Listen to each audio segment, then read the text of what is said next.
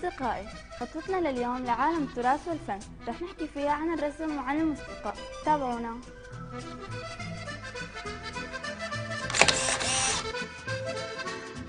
أهلا وسهلا فيكم أصدقائي بحلقة جديدة من برنامج خطوات.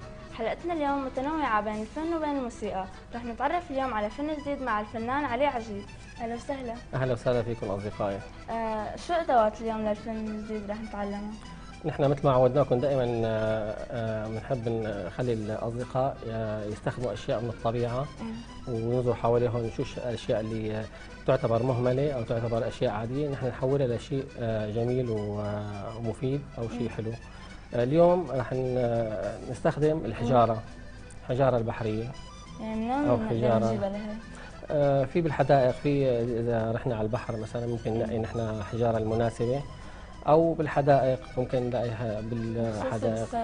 ايوه على البحر في كثير أشكال. والحجارة اللي بدنا نستخدمها نحن